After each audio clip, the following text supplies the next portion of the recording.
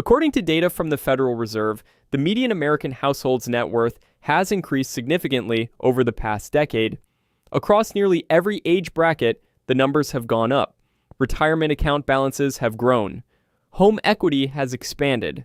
Household savings rates improved after recent economic shocks.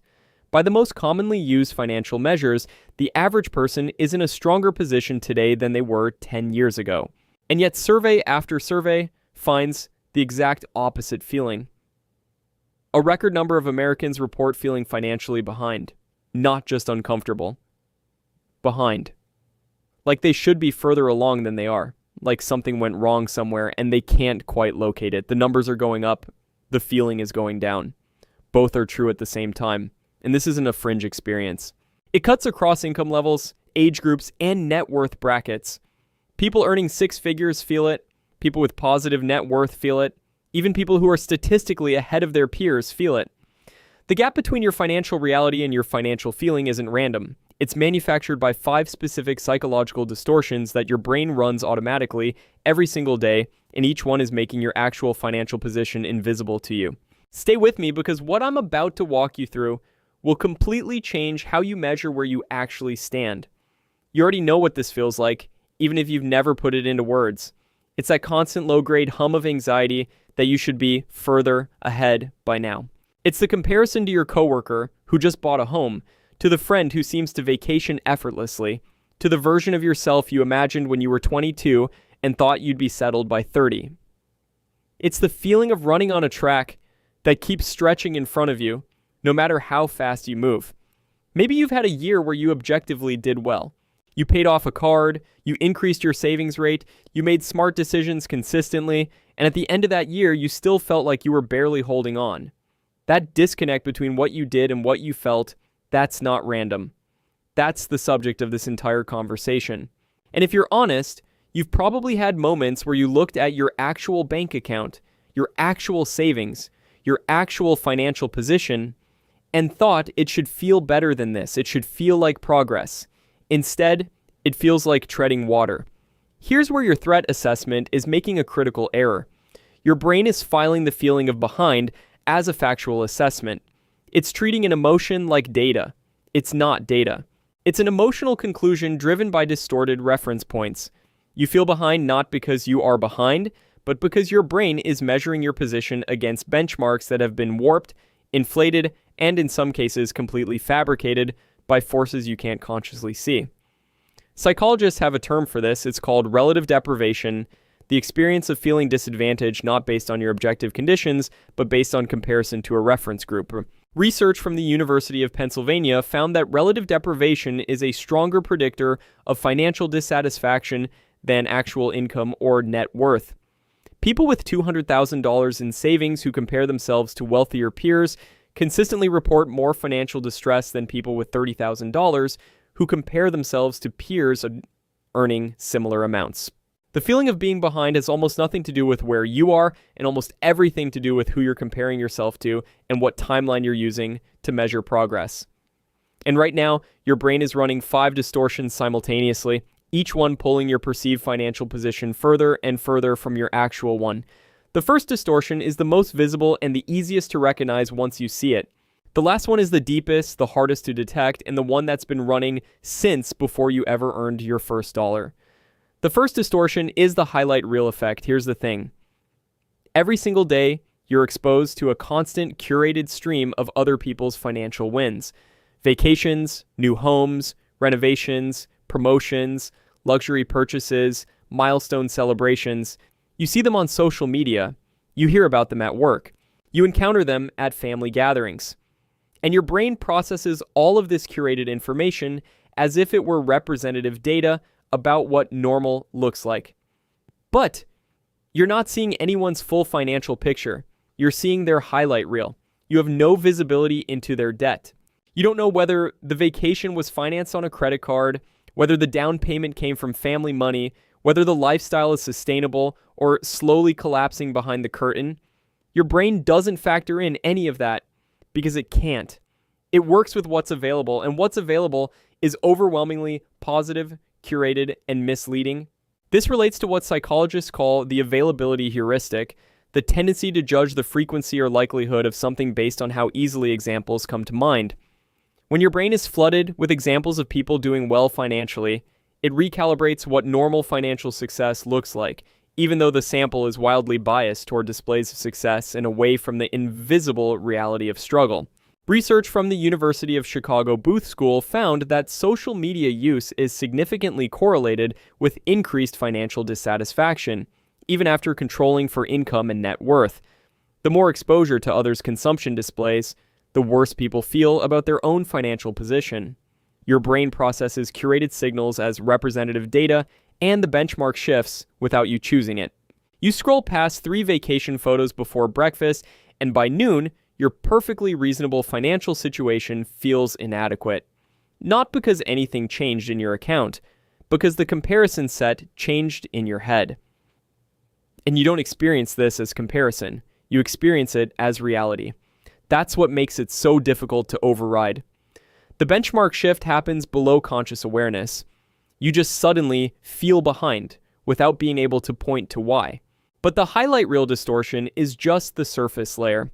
The next one goes deeper into the benchmarks your brain uses even when you're not looking at anyone else's life at all. The second distortion is the moving goalpost.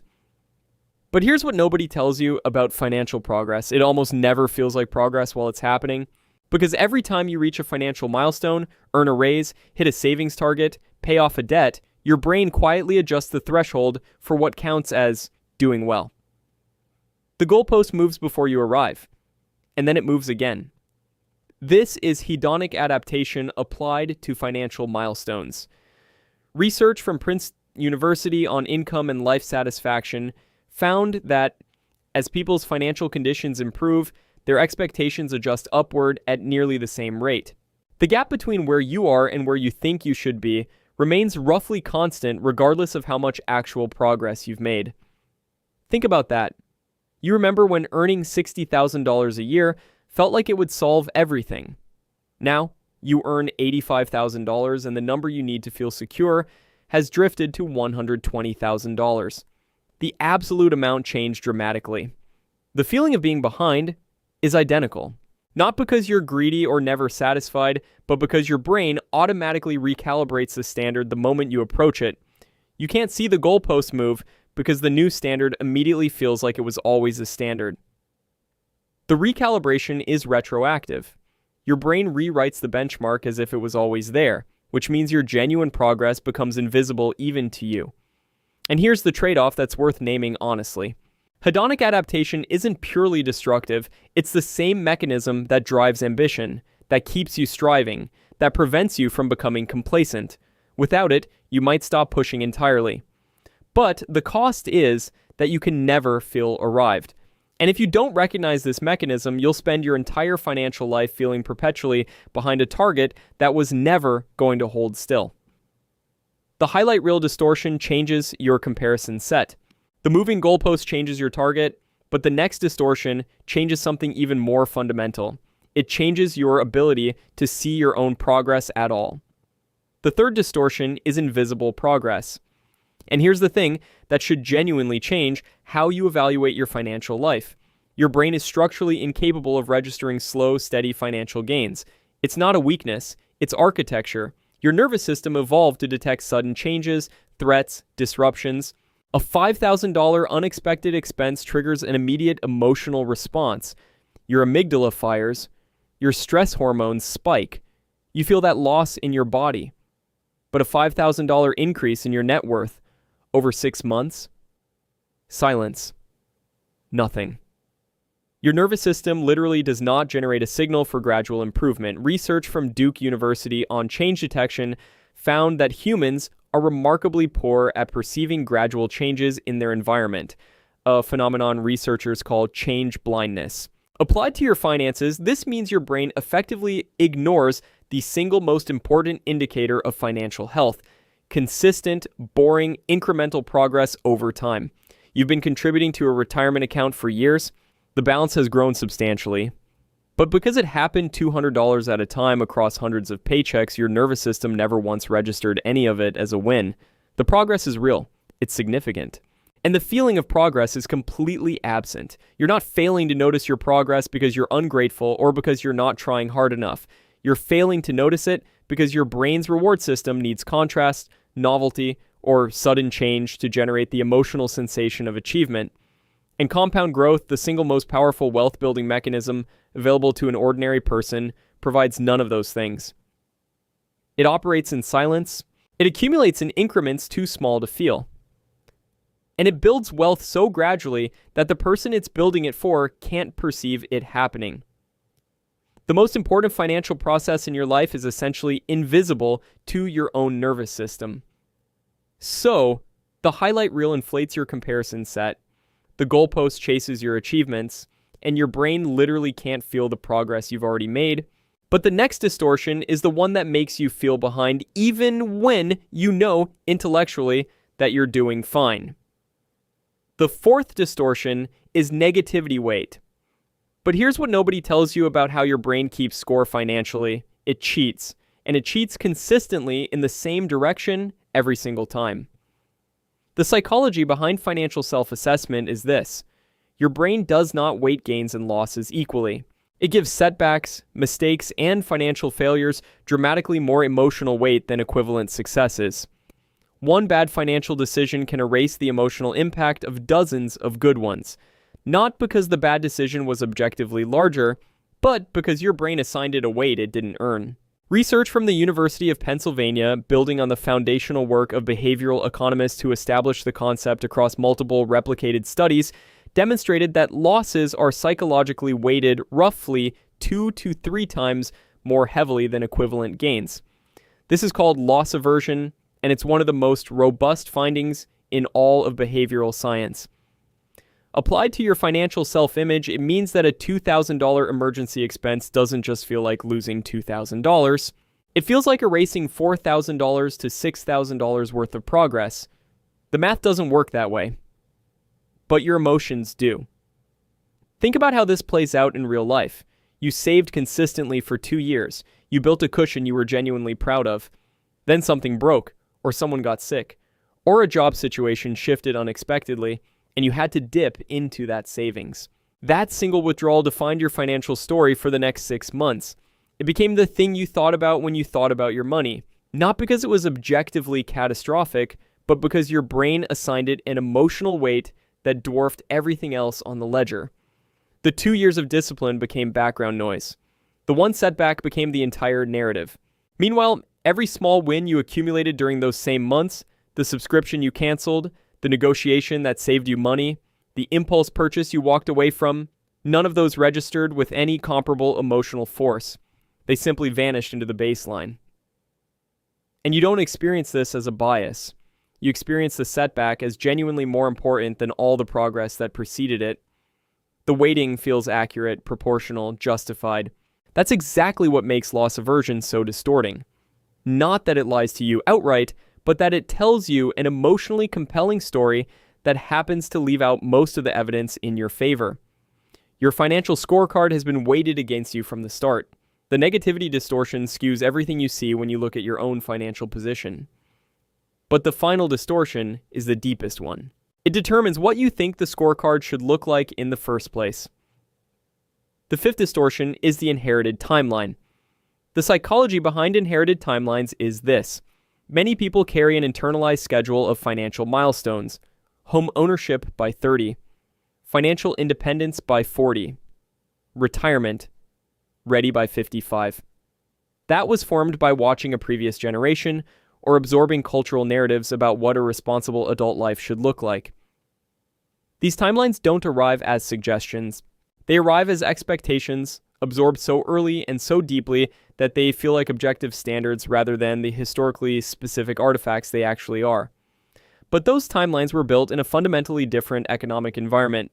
Different housing costs, different education costs, different wage trajectories, different employment structures, different everything.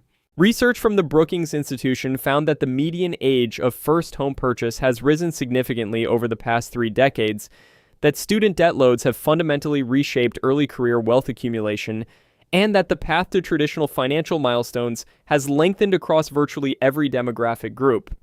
The timeline your brain is using as a benchmark is obsolete. It's calibrated to an economy that hasn't existed for decades. You're 34 and don't own a home. Your parents owned theirs at 28. Your brain registers this gap as failure, as evidence that something went wrong, that you fell behind somewhere. But adjusted for housing cost increases, real wage stagnation in many sectors, and the student debt burden that previous generations largely didn't carry, your financial position at 34 may actually be equivalent to or stronger than your parents' position at 28. The milestone is identical. The economic landscape required to reach it has transformed beyond recognition. Not because of your choices or your discipline, but because of structural changes that occurred before you ever entered the workforce. Your brain is measuring against an obsolete timeline and calling the result a personal failing. And yet the inherited timeline doesn't feel like an assumption. It feels like a natural law. By this age, you should have accomplished this feels as immutable as gravity. But it's not a fact. It's an inherited expectation calibrated to a world that no longer exists. You're not behind. The map changed, and here's the trade-off worth sitting with. Letting go of the inherited timeline can feel like giving up, like lowering your standards, like making excuses for yourself. It's not. It's updating your operating system to match the actual terrain you're navigating. Not because ambition doesn't matter, but because measuring yourself against an obsolete benchmark guarantees you'll feel like a failure regardless of what you actually achieve. And that perpetual sense of failure doesn't motivate most people. It exhausts them. Now that you can see all 5 distortions running simultaneously, let's talk about what happens when they compound. Because each distortion alone would be manageable. You could recognize the highlight reel, adjust for it, and move on. You could notice the goalpost shifting and remind yourself to look backward at how far you've come. Any single distortion can be overridden with a moment of conscious awareness. But they don't operate in isolation. They operate in concert, reinforcing each other in ways that make the combined effect far more powerful than any individual piece. The highlight reel inflates your comparison set. Hedonic adaptation moves your goalpost. Change blindness hides your actual progress from your own perception. Loss aversion amplifies every setback and erases the emotional record of your wins. And the inherited timeline tells you you're running out of time to hit milestones that were designed for an economy that no longer exists. Running simultaneously, these 5 distortions create a financial self-image that bears almost no resemblance to your actual financial position. The person you think you are financially and the person you actually are financially may be living in completely different realities.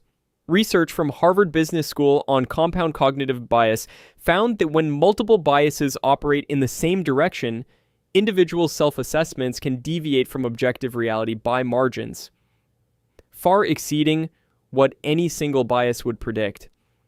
The distortions don't just add up, they multiply. Each one makes the others worse. This is the same mechanism that made people feel economically insecure during some of the strongest economic expansions in recorded history, periods of rising asset values, falling unemployment, growing wages, and yet widespread persistent anxiety about keeping up. The feeling of being behind has never been reliably connected to the reality of being behind. They operate on different systems entirely. As you're listening to this right now, your brain is already running these distortions. You're thinking about someone you know who seems further ahead. You're quietly recalculating where you think you should be by now. You're discounting the real progress you've already made. And you're probably measuring all of it against a timeline that was never built for the world you're actually navigating. And that's not a character flaw. That's not ingratitude. That's 5 distortions working exactly as they were designed to work in a brain that was never built to accurately assess long-term financial position in a modern economy. Now, I need to be honest about something because this video would be irresponsible if I didn't say it. Sometimes the feeling of being behind is partially accurate, and pretending otherwise would be dishonest. But here's what nobody talks about when they discuss financial mindset. Some people genuinely are in precarious financial positions, and no amount of cognitive reframing will change that. Wages in certain sectors have not kept pace with the cost of living for years.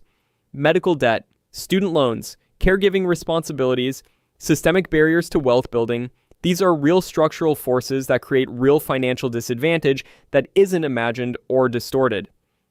Not every feeling of being behind is a cognitive error. Some of it is an accurate reading of genuinely difficult circumstances.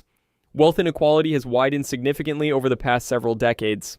The cost of housing, education, and healthcare has outpaced wage growth across most income brackets for an entire generation. These are not cognitive biases, these are economic realities that shape real people's real lives in ways that no amount of mindset work can fully resolve. And some of you watching this are dealing with both. You're dealing with real economic headwinds and the psychological distortions on top of them. The structural challenges make the distortions worse, and the distortions make the structural challenges feel even more overwhelming than they already are. That combination is genuinely heavy. The point of everything I've walked you through isn't to gaslight you into feeling fine when things aren't fine. It's not to tell you that your struggles are all in your head. It's to help you separate the distortion from the reality so that you can see your actual position with clarity and then decide what, if anything, needs to change based on accurate information instead of emotional noise. For some of you watching this, the numbers will show that you're genuinely further ahead than you believed. The distortions were doing most of the work. For others, the numbers will confirm that you have real concrete financial challenges to address. Both are useful information. Neither is a reason for shame. And both require accurate perception as a starting point. You can't navigate effectively through 5 layers of psychological distortion, and you can't fix what you can't see clearly. So let's talk about what you can actually do to correct the lens. Because the difference between people who carry financial anxiety unnecessarily and people who convert that anxiety into useful action is almost never about money. It's about perception. Here's the thing. The first step is to run your actual numbers. Sit down, calculate your net worth, assets minus liabilities, and then compare that number to the Federal Reserve Survey of Consumer Finance's data for your age bracket. Most people have never done this. They're operating entirely on feeling. And the psychological reasoning for why this works is straightforward. Your amygdala, the part of your brain responsible for threat detection, responds powerfully to ambiguity. Vague financial dread activates your stress response far more than a specific number, even a bad number. Replacing the feeling of behind with a concrete figure deactivates the alarm. Specificity calms the nervous system in a way that reassurance never can. Second, identify your comparison set. Write down the 3 to 5 people you most frequently compare yourself to financially. Be honest about who they are. It might be a sibling, a college friend, a coworker, someone you follow online. Then ask yourself a simple but uncomfortable question for each name on that list. What do you actually know as verified fact versus what do you assume about their financial position? Making the implicit comparison explicit disrupts the automatic distortion. You can't correct a bias you can't see, and the moment you write down who you're measuring yourself against, you can start asking whether that comparison is fair, informed, or even based on real information. Most of the time, you'll find you've been comparing your complete financial reality, debts included, to someone else's curated surface. That was never going to produce an accurate result. Third, document your financial trajectory. Pull up your records and look at where you were 1 year ago, 3 years ago, 5 years ago. Map the actual numbers, not the feeling, the numbers. Your brain can't feel gradual progress, we've established that, but it can see a trend line on paper or on a screen. Converting invisible progress into visible data overrides the change blindness distortion. Create a simple document, a spreadsheet, a note on your phone, anything that lets you see the direction of movement in concrete terms. And for many of you, this exercise will be the most surprising step on this entire list. Because the trend line often tells a dramatically different story than the feeling. You've been making progress your brain wasn't designed to register. Fourth, recalibrate your timeline. Research the actual median age and financial position for the milestones you care about in the current economic environment, not your parents' generation, not cultural assumptions from a different era. Replacing the inherited timeline with current data removes the false benchmark that makes perfectly normal progress feel like failure. The psychology behind timeline recalibration is this. You're not lowering your expectations, you're updating your map to match the actual terrain. And fifth, build a financial wins practice. At the end of each month, write down one financial decision you made that your past self couldn't have made. One payment, one choice, one shift in behavior. It doesn't have to be dramatic. The smaller, the better. actually, because the whole point is training your brain to register incremental progress that it naturally ignores. The reasoning is that actively constructing a progress narrative counteracts loss aversion's natural tendency to weight setbacks over gains. Your brain will not build this narrative on its own. The negativity bias is too strong. You have to construct the counter evidence deliberately, consistently, month after month, until the record of your wins is too substantial for your brain to dismiss. Taking these 5 steps isn't just financial planning. Here's the thing. It's cognitive self-defense. You're not fixing your money. You're fixing the lens through which you see your money. And once the lens is accurate, the anxiety that comes from distortion starts to quiet. Not because you convinced yourself everything is fine, but because you finally have data instead of feelings running the assessment. And decisions made from data, even imperfect data, are fundamentally better than decisions made from 5 overlapping psychological distortions that were never designed to help you build wealth in the first place. If you've been carrying the weight of feeling financially behind, that feeling is real even when the facts don't fully support it. That's not weakness. That's a brain doing exactly what brains do, scanning for threats and finding them whether they're there or not. Give yourself permission to measure your financial life by your own actual numbers instead of by the curated, distorted, outdated benchmarks your brain has been using without your consent. You don't owe anyone else's timeline anything. You don't owe social media's highlight reel a response. You don't owe a previous generation's milestones your obedience. You owe yourself an accurate picture, not because the truth is always comfortable, but because the truth is always more useful than the distortion. And making decisions from an accurate picture, even when that picture is imperfect, is a fundamentally different experience than making decisions from 5 layers of psychological noise. If this changed how you see where you actually stand, drop a comment and tell me which distortion hit the hardest. And if you haven't subscribed yet, now's the time. Because understanding your own psychology isn't about positive thinking or silver linings, it's about seeing clearly. And that clarity might be the most valuable financial tool you ever build. This channel is created for educational and informational purposes only. It is not intended to replace professional psychological, medical, financial, or therapeutic advice. Always consult with a professional.